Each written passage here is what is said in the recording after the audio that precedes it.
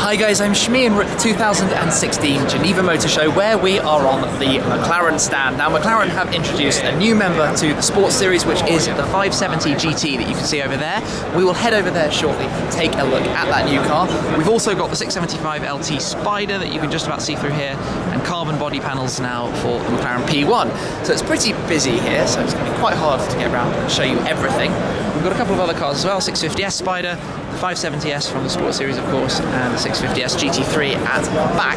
But let's come straight through to the main story of this show, which is this car. So for McLaren, they have introduced the 570GT. The GT of course is an additional product in the Sports Series line. 570 PS horsepower, just like the 570S, the model that was introduced above the 540C, with a small little difference.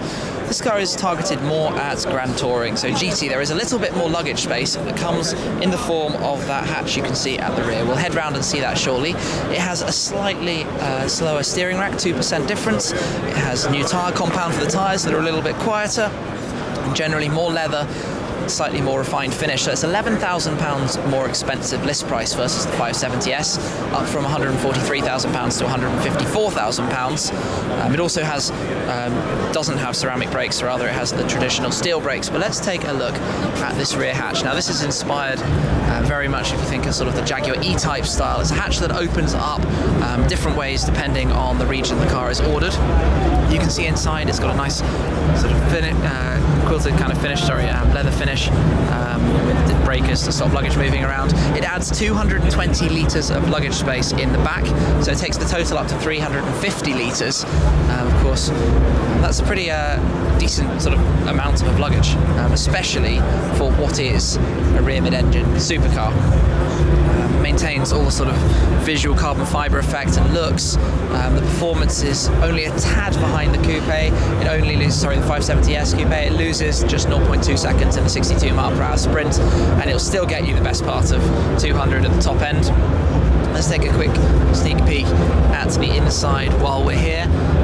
Lots of luxurious leather, of course, very comfortable supportive seats, Bowers & Wilkins stereo, full sort of digital dashboard as well, so it's definitely a very, very good car for touring. One I would certainly be keen to take for a drive at some point. You can see the luggage here, the McLaren luggage that's inside the rear hatch. You can sort of slide your luggage down there to the inside. Now it also has a new sort of lip at the rear, slightly extended lip to make up for the downforce that's lost by not having the aerodynamic shape with the flying buttresses of the 570S at the back that we'll come around and have a look at in a moment. But generally speaking, it's a good looking car. Personally, I really like the new style to the rear deck, the way it sort of just smoothly integrates towards the back, although of course it does mean from a design point of view, engineering point of view I should say, that there are a couple of other changes that had to be made, such as the insertion of a cut line up here, but it doesn't detract too much, especially when you sort of look at the whole flowing nature towards the rear, and of course the lovely rear tail lights here. Now another change of course being that it's going for the GT angle, the exhaust is slightly quieter. There is a sports exhaust option, but by default it's an ever so slightly quieter exhaust sound from the car, and it has its new wheels on this one as well. So the 570GT is the latest addition to the Sports Series. Logo designation in silver, grey for the GT, where it was red for the 570S, which, just by way as a reminder, let's come around here and take a look at the rear deck, where you have these floating buttresses that go all the way through. And you can see, actually, thinking about this here, we've obviously got the 3.8 litre twin turbocharged V8. Now here, in the 570S, the rear deck is very open for heat dissipation out, of course, while it's driving. One of the incredibly clever trick features with the 570GT is that heat that still has to come out is actually shielded from going into the cabin and exits through the rear deck lid area. I'll pop back over there in a second, but you can imagine there's a lot that comes out of this.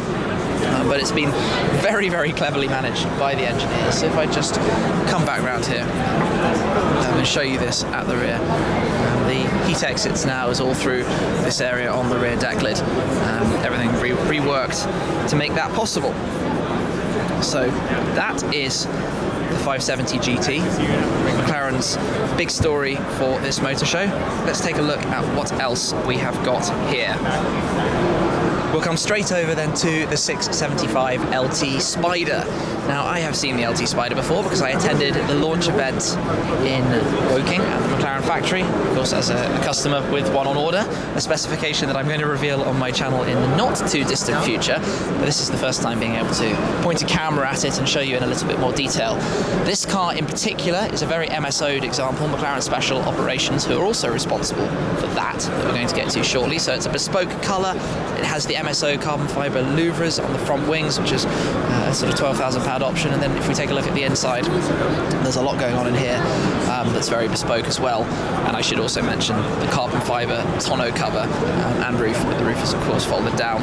Now, 675 LT Spider, if you were going to make a convertible version of a hardcore track car, the McLaren is the one to do it with because of the carbon fibre tub that lies underneath. You barely could ever notice any loss in the rigidity of the car. And let's face it, in this you're going to have all the noise and drama and sort of emotional driving experience of the 675 LT with the wind in your hair, and a little bit extra sound as well, because even when you have the roof up you can lower that rear window down, just as per the 650S before, hear it all. So even if it's raining, you can still get the noise of the outside. This is a new wheel design that was introduced for the Spider, the 20-spoke design. You can also still have the super lightweights, the ultra lightweights, yeah, all the super lightweights from the LT Coupe. While we're here, this is obviously a new design for the engine cover on the LT Spider, because the LT sort of created a need for serious engine cooling, and the 650S rear hatch was actually only the sort of centre area, it didn't go all the way out, whereas this with the sort of vented parts down the side will allow the cooling necessary for that. Pretty impressive engine.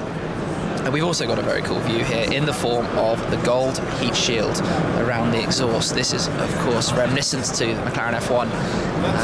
It's an option in the 20,000s, but it's a very, very special thing to look at. And when you're looking around the titanium exhaust, just look at the gold around it. It's stunning. This is absolutely spectacular.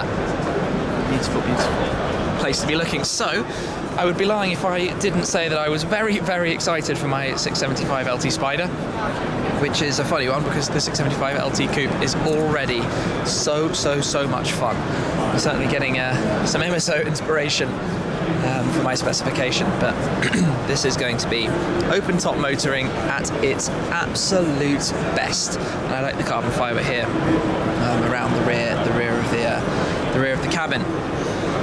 So let's move on from the 675 LT Spider and take a look at the full carbon fibre body panels for the McLaren P1. So this has been in discussion for a very long time when McLaren were going to introduce full carbon panels, and it's been a very big project because if you think of the sort of shape of the P1, the whole rear clam is a single piece, so there's a lot of sort of angles and shapes that they have to work around in creating and sort of making these panels. What is now available is, as you see here, the full sort of carbon fibre body for the car. There is no limit on the number of customers who can purchase these panels. It's through MSO, and so you can tint it into different colours. So the car we're looking at here in the dark blue looks very nice with the contrast, with the carbon around the front and through the sides as well. You can also do that in satin carbon to create even more contrast between the colour and the satin, but for existing owners, because all of the P1s have already been built, it's a case of purchasing a new set of panels for the car in the visual carbon fibre finish. And this one, obviously sat in race mode with the wing up high, is looking rather awesome, shall we say. I think it's a pretty spectacular car. So I'll just take a quick whiz at the remainder of the stand where we have the grey 650S Spider here. I hope not being forgotten because the 650S is such a good car. Having owned one myself, I have a lot of very, very positive words to say about it. Obviously the LT Spider is just totally a new animal. And if I swing around here, we have the 650S GT3, which is quite frankly savage. Just look at the size of the canards around the front and this massive behemoth of a wing at the rear.